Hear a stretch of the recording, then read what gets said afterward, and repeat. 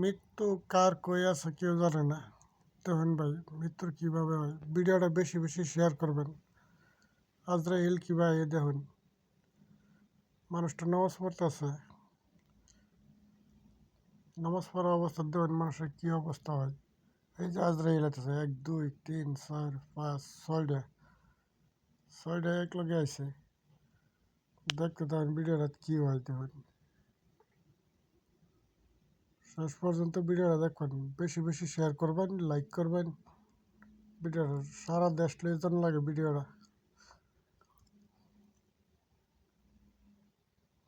দেখুন মানুষটার দম কিবা নেই।